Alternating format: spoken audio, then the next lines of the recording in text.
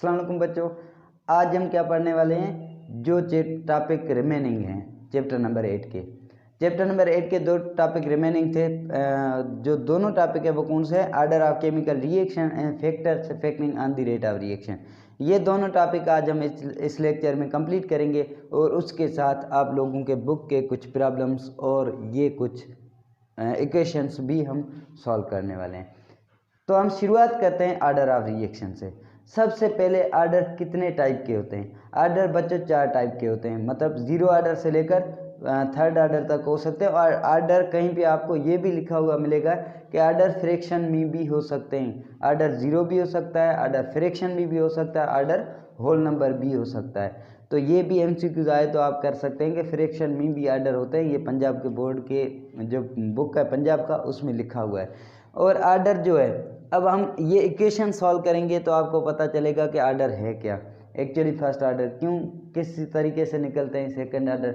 मगर उससे पहले एक बात आपसे मैं शेयर करता चलूँ कि आर्डर ऑफ रिएक्शन जो भी है ना, हम इक्वेशन को देखकर नहीं बता सकते कि ये फर्स्ट आर्डर है, सेकंड आर्डर है या 3rd आर्डर है।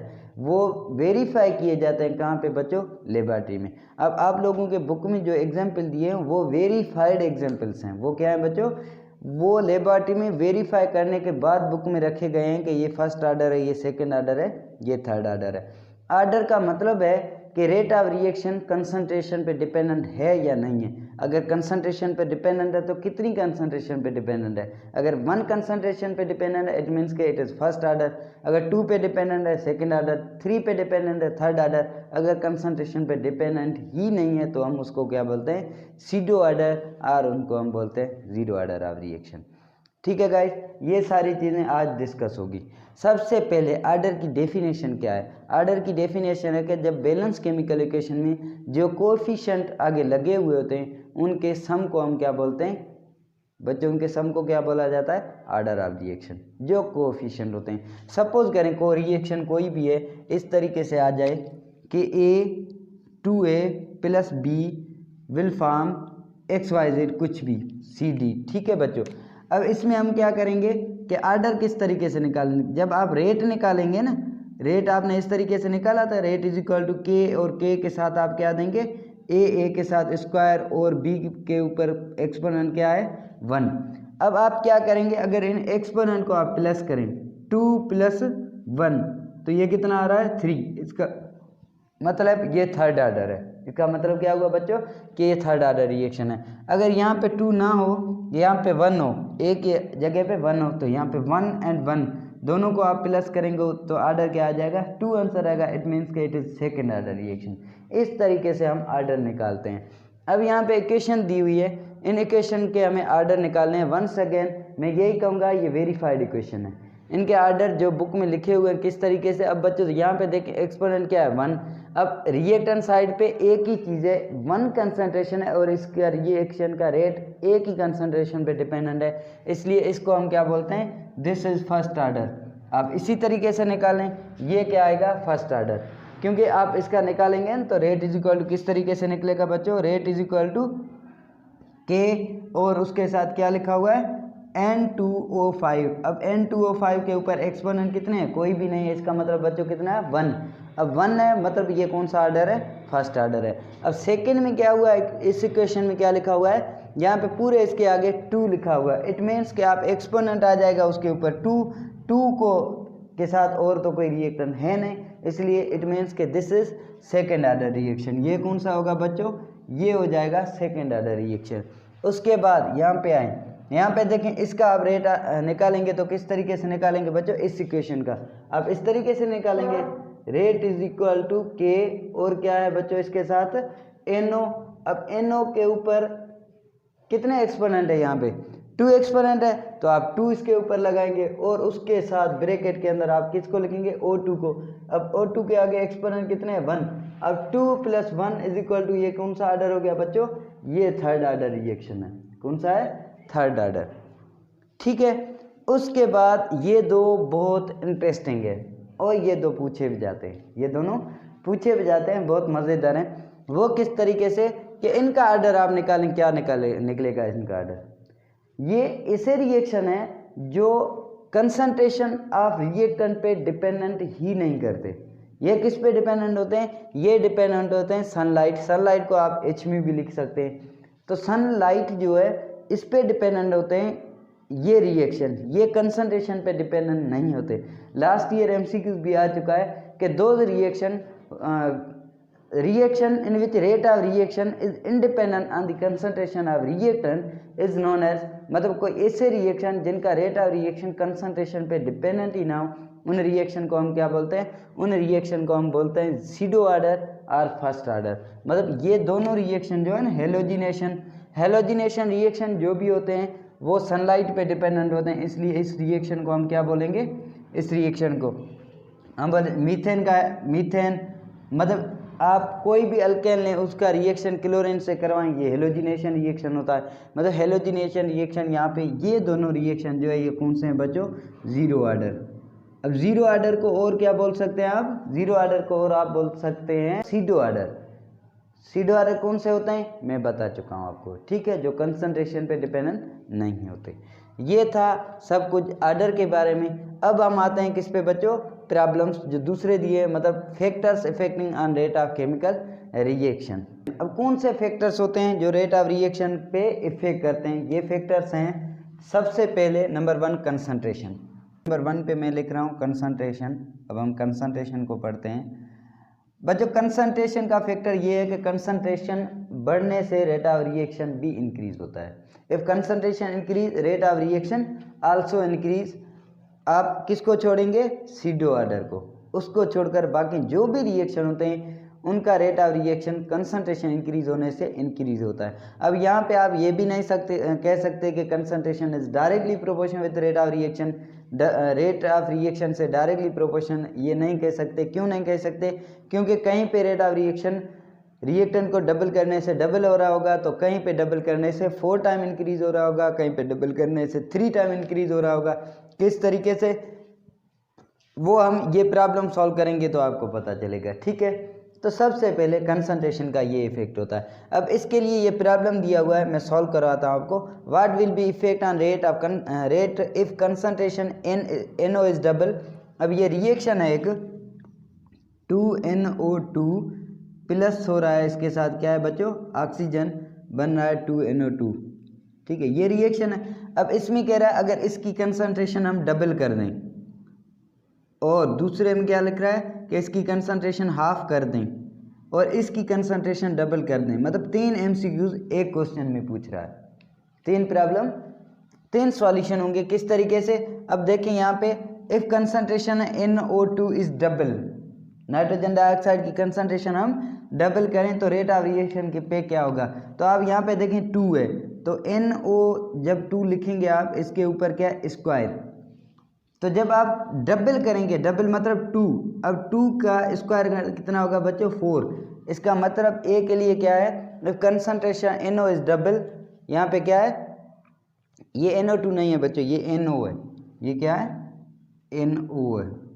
यहाँ पे कंसंट्रेशन NO इज डबल, यहाँ पे ये NO है, नाइट्रोजन मोनोऑक्साइड है। तो कंसंट्रेशन NO की आप डबल करेंगे तो क्या होगा? Rate of reaction 4 time increase होगा। Rate of reaction 4 time increase होगा। अब इसी तरीके से अगर आप हाफ करें, मतलब 1/2, हाफ का आप स्क्वायर लें तो क्या होगा बच्चों? क्योंकि NO जब इसका करेंगे तो NO इस तरीके से लिखा जाएगा ना, ये लिखा हुआ है मैंने लिख दिया है, तो इस तरीके से यहाँ पे स्क्वायर करेंगे, ये क्या होगा? 1/4, मतलब rate will decrease 4 times. 1/4 means 4 times rate जो है वो डिक्रीज हो जाएगा। इसी तरीके से O2 का रेट आप डबल करें। अब O2 का डबल करेंगे, रेट ऑफ रिएक्शन भी डबल होगा। क्यों? क्योंकि O2 के आगे 1 लगा हुआ है इसलिए, ठीक है। तो देखें कहीं पे किसी चीज़ को डबल करने से रेट 4 टाइम इंक्रीज हो रहा है, तो किसी और चीज़ को हम डबल कर रहे हैं तो 2 टाइम इंक्रीज हो रहा है। इसका मतलब क्या हुआ कि डायरेक्टली हम नहीं कह सकते कि concentration directly proportional with rate of reaction. Yes, ये कह सकते हैं कंसंट्रेशन इंक्रीज होगी तो रेट ऑफ रिएक्शन भी इंक्रीज होगा। तो third one that is oxygen is double. अब ऑक्सीजन की कंसंट्रेशन डबल करेंगे, रेट ऑफ रिएक्शन क्या होगा बच्चों? डबल हो जाएगा। ठीक हो गया यहाँ तक। तो इसके बाद आगे आए आप, दूसरा प्रॉब्लम है, मज़ेदार प्रॉब्लम है, आप लोग खुद सॉल्व करें आप क्या कर रहे हैं इसमें, ठीक है बच्चों, करके देखें। अब इसमें क्या है बच्चों, ये पूछ रहा है what would be the effect on rate constant if concentration NH3 is double increase 4 time. अब कह रहा है कि अगर हम यहाँ पे NH3 की कंसंट्रेशन 4 टाइम इंक्रीज कर लें तो रेट कांस्टेंट की वैल्यू क्या होगी, मतलब रेट कांस्टेंट इंक्रीज होगा या डिक्रीज होगा। और मैं इसके फर्स्ट चैप्टर में आपको जब रेट कांस्टेंट पढ़ा रहा था तो बता चुका हूँ कि rate constant is only dependent on temperature. वो किस पे डिपेंडेंट होता है, टेम्परेचर पे। यहाँ पे क्या होगा, no effect on rate constant, rate constant पे इफेक्ट नहीं होने वाला, इट इज कांस्टेंट। ये सिर्फ चेंज होता है तो सिर्फ किसकी वजह से, टेम्परेचर की वजह से। यहाँ पे आप सॉल्व भी ना करें, डायरेक्ट लिख दें नो इफेक्ट। क्यों, क्योंकि यहाँ पे रेट ऑफ रिएक्शन नहीं पूछ रहा है, क्या पूछ रहा है, रेट कांस्टेंट पे इफेक्ट क्या होगा। यहाँ पे ऊपर क्या था, रेट ऑफ रिएक्शन है। रेट ऑफ रिएक्शन लिखा हुआ होता तो फिर हम करते कि अगर कंसंट्रेशन 4 टाइम इंक्रीज होगी तो rate of reaction 16 time increase होगा, क्योंकि 4 का स्क्वायर क्या होगा बच्चों, 16। पर यहाँ पे क्या पूछ रहा है, रेट कांस्टेंट, तो उसके लिए यहाँ पे क्या लिखने वाले हैं आप, नो इफेक्ट, मतलब रेट कांस्टेंट पे कोई भी फर्क नहीं पड़ेगा कंसंट्रेशन चेंज होने की वजह से। ठीक है बच्चों, इसके बाद आप आ जाएं नंबर 2 पे, इफेक्ट है टेम्परेचर लिख लें आप बोलें। Number 2 temperature. अब टेम्परेचर पे कैसे बच्चों, कि टेम्परेचर पे इस तरीके से कि टेम्परेचर के लिए एक थंब रूल है कि 10 सेल्सियस और 10 केल्विन टेम्परेचर इंक्रीज होने से रेट ऑफ रिएक्शन डबल होता है। रेट ऑफ रिएक्शन बच्चों क्या होता है, डबल होता है। कब, जब रेट ऑफ रिएक्शन डबल तब होगा जब टेम्परेचर 10 सेल्सियस और 10 केल्विन आप इंक्रीज करेंगे। बात है कि ये 10 केल्विन करेंगे या 10 सेल्सियस करेंगे, ठीक है। तो कहीं पे आपको बुक में केल्विन मिलेगा, कहीं पे सेल्सियस मिलेगा, बात सेम है। तो टेम्परेचर का ये इफेक्ट है, मतलब टेम्परेचर इंक्रीज होने से रेट ऑफ रिएक्शन इंक्रीज होता है। और रेट ऑफ रिएक्शन कितना इंक्रीज होता है, टेम्परेचर 10 सेल्सियस इंक्रीज होने से रेट ऑफ रिएक्शन डबल हो जाता है। इसी से रिलेटेड ये प्रॉब्लम है। If value of K at 400 Celsius is, ये है 400 सेल्सियस पे ये वैल्यू है। अब कह रहा what would be the value of possible value K at 450, ये भी आपके बुक का प्रॉब्लम है। ये किस तरीके से करेंगे बच्चों, कि देखिए चेंज इन टेम्परेचर कितना आया है, 50। चेंज इन टेम्परेचर कितना है इस प्रॉब्लम के लिए, चेंज इन टेम्परेचर है 50 सेल्सियस, क्योंकि 400 से 450 बना। अब आपको पता है 10 पे इंक्रीज होने से डबल होता है, तो आप 50 को 10 से डिवाइड करें, आंसर क्या आएगा 5। मतलब रेट ऑफ रिएक्शन जो K की वैल्यू है यहाँ पे वो 5 टाइम इंक्रीज होगी। 5 टाइम मतलब किस तरीके से, 3 × 10⁻⁻12 दी हुई है, इसको आप 5 से मल्टीप्लाई करें तो 3 5 ज़ा 15, 15 × 10⁻⁻12 इसका आंसर आएगा। ठीक है बच्चों, ये हो गए प्रॉब्लम्स, ये हो गए आपके प्रॉब्लम्स। अब टेम्परेचर का भी रिलेशनशिप हो गया। अब है नेचर ऑफ रिएक्टेंट, क्या है बच्चों, nature of reactants 3, nature of reactant.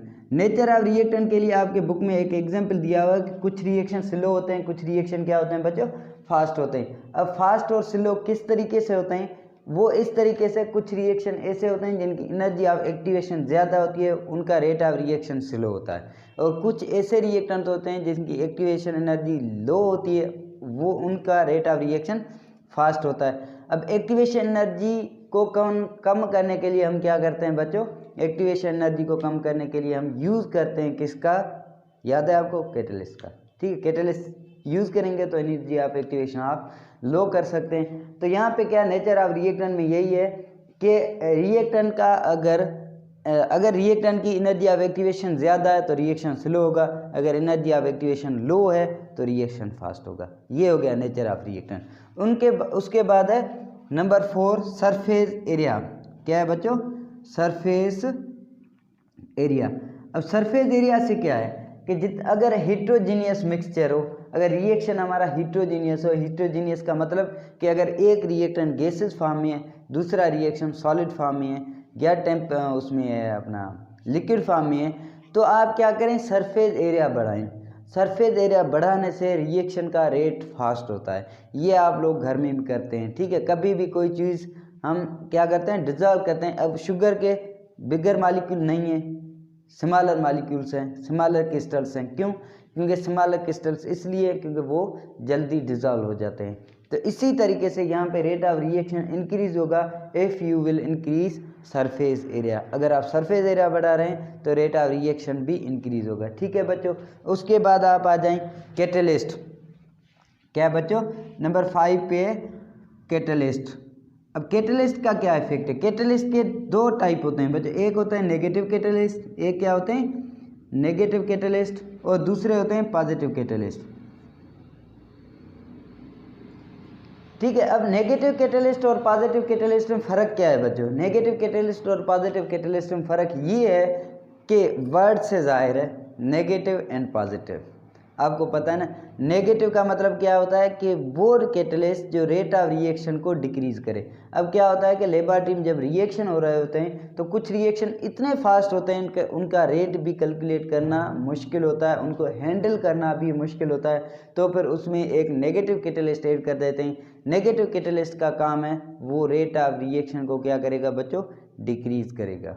Negative catalyst, rate of reaction अगर फास्ट है हम नेगेटिव कैटलिस्ट ऐड कर दें, रेट ऑफ रिएक्शन स्लो हो जाएगा। और दूसरे होते हैं पॉजिटिव कैटलिस्ट। अब पॉजिटिव कैटलिस्ट का क्या काम है बच्चों? पॉजिटिव कैटलिस्ट का काम है कि वर्ड पॉजिटिव से मुराद क्या है कि वो ऐड करे, तो इसका मतलब है कि वो रेट ऑफ रिएक्शन को फास्ट करेगा।